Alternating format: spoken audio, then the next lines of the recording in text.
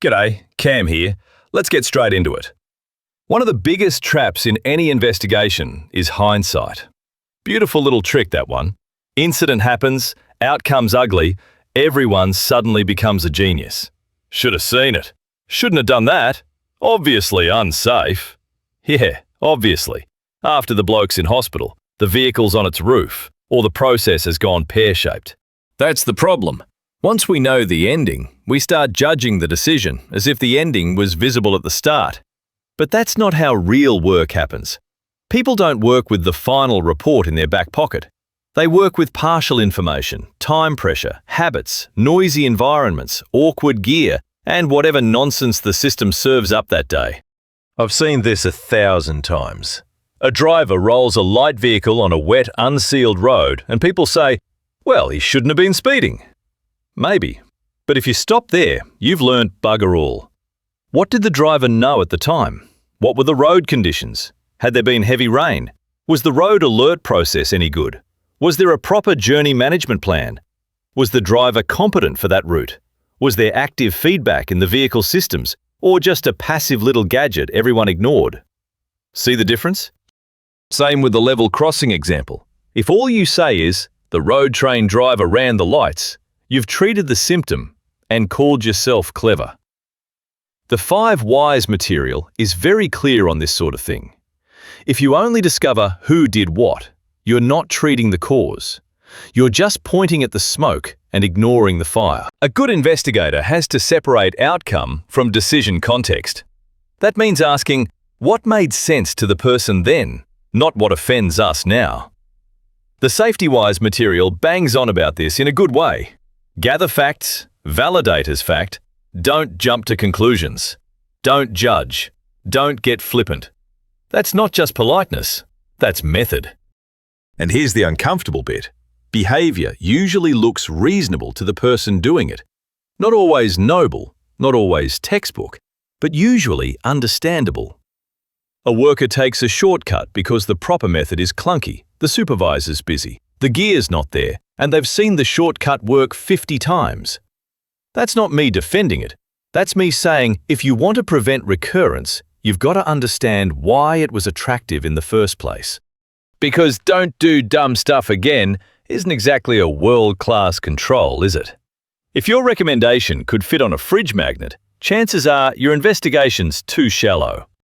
Now, if you really want to understand a decision, you've got to look at the world behind it.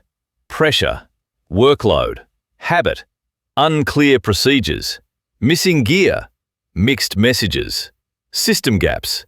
That's where the action is. SafetyWise teaches data gathering through PEPO: people, environment, equipment, procedures, organization. Fancy acronym, dead practical.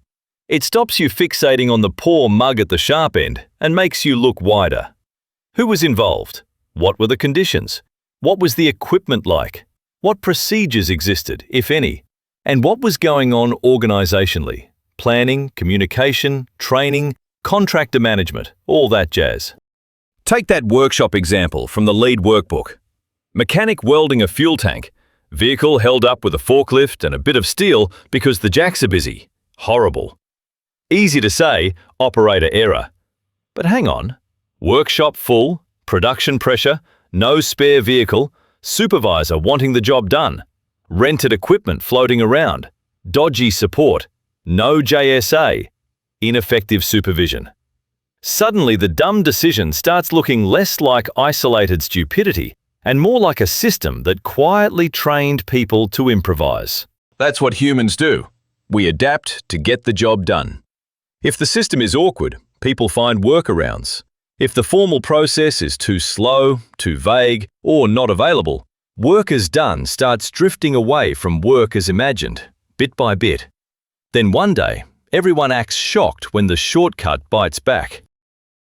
This is where 5 whys is handy, and ICAM is even handier on the bigger jobs.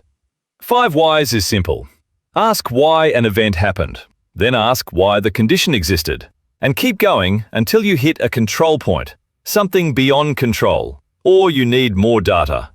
It's not magic, and the SafetyWise material is pretty honest about its limits. It can be subjective. can follow one chain, depends on asking the right question. Fair enough. But used well, it helps you go past the obvious action. ICAM takes that same curiosity and gives it more structure.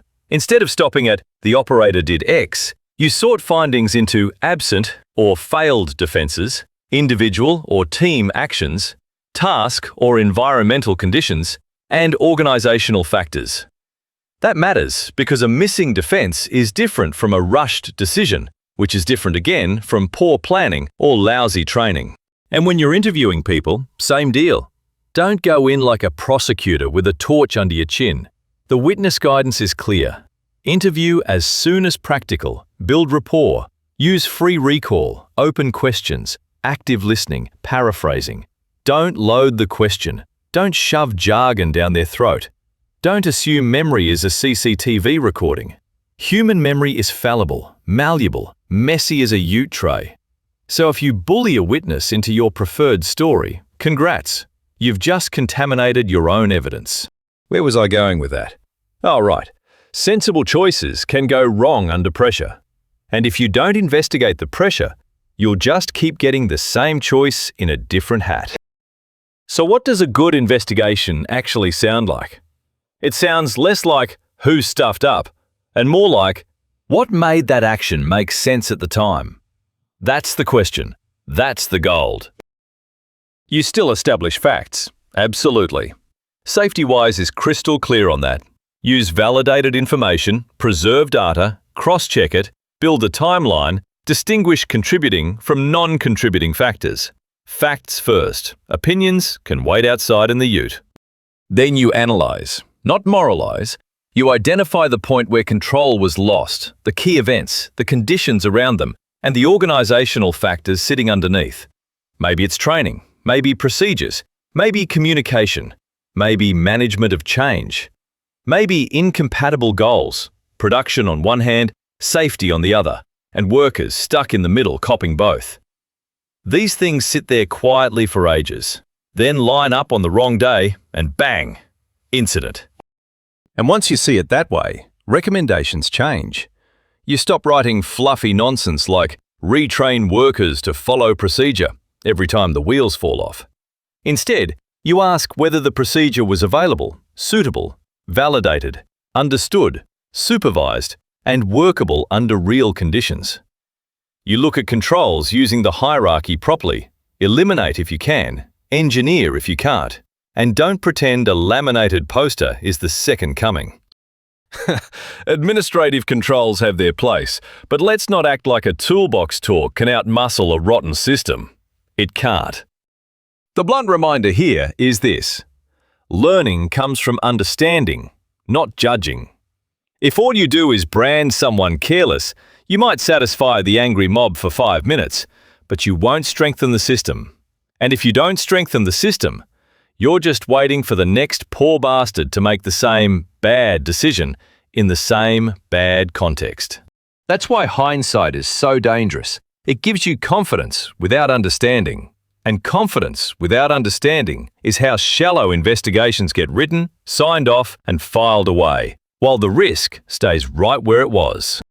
So next time you're looking at an incident, do yourself a favor. Before you judge the action, understand the context. Before you blame the person, inspect the system. Before you say "obvious," ask what was visible then, not now. That's how ICAM helps. That's how 5 whys helps when used properly. And that's how you investigate the why, not the villain. Anyway, that's enough from me before I get properly grumpy. Keep asking better questions. Keep digging past the easy answer. And I'll catch you next time in Cam's Corner.